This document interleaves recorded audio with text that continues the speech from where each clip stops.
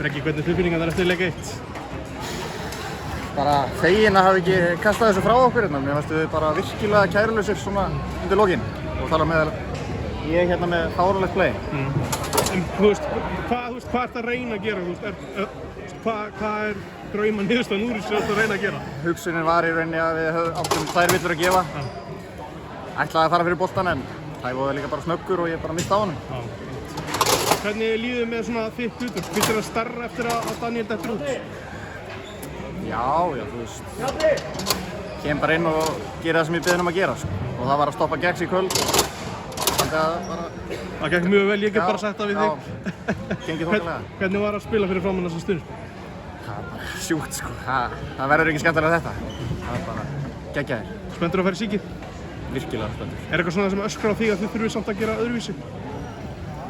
Bara svona meiri töffarar einhvern veginn undir lokin, svona mér fannst við bara hætta og líka í byrjun seinni hálfleiks þá svona bara ætluðum við bara að dribla þetta út einhvern veginn. Þurfum að skoða þetta bara og mæta sterkir í síki. Nokkur orðum Óla í kvöld, það var alvöru leikur í honum.